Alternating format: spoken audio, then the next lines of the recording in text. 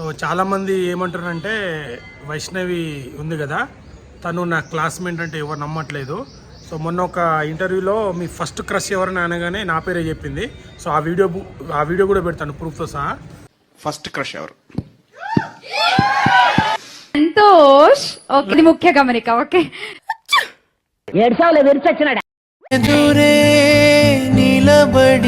సినిమాకి వెళ్ళకపోతే ఎట్లా ఉంటుంది అని చెప్పి ఇప్పుడు సినిమాకి వెళ్తున్నా. సో సినిమా ఎలా ఉంటుంది అనేది రివ్యూ చెప్తాను, లాస్ట్ వరకు చూడండి. ఓకేనా? సినిమా చూడొచ్చా లేదా, ఎలా ఉంది, సో థియేటర్కి వెళ్ళి చూడొచ్చా అనేది చెప్తాను. సో మా గ్యాంగ్లో నేనే ఎప్పుడు లేట్ అవుతుంటా, నేనే లేట్ వస్తుంటా, ఎప్పుడు నేనే లేట్ చేస్తా, ఎప్పుడు నేనే లేట్ చేస్తా. ఇద్దరు ఇంకో టొంగగాలు. ఒక ఆయనేమో కాకరకాయ పట్టుకొని ఏదో ఇప్పుడే రప్పక అంటాడు, ఆయన తొందరగా వస్తాడు. నేను బండి ఉంది కదా, నేనే లేట్ వస్తా. ఇప్పుడే పార్కింగ్ చేసినాం. సో టికెట్లు తీసుకున్నాం.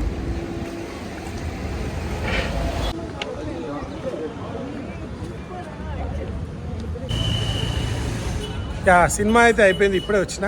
సో ఇప్పుడు సినిమా ఎలా ఉంది, మీరు చూడొచ్చా లేదా అనేది రివ్యూ చెప్పాలి. సో కొద్దిగా బైక్ బయటికి తీసుకొచ్చి ఎక్కడైనా మంచి ప్లేస్లో ఆపి ప్రశాంతంగా చెప్తాను.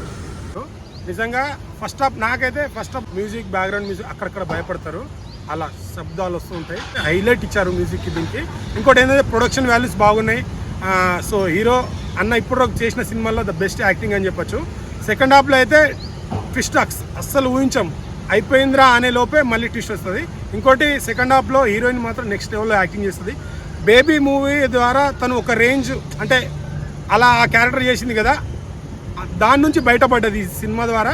తను ఏ క్యారెక్టర్ అయినా ద బెస్ట్ ఇస్తానని నిరూపించుకుంది. సో చాలా బాగా యాక్ట్ చేసింది. ఈ సినిమా ద్వారా తనకి ఇంకా ఫ్యాన్స్ బేస్ పెరుగుతుంది.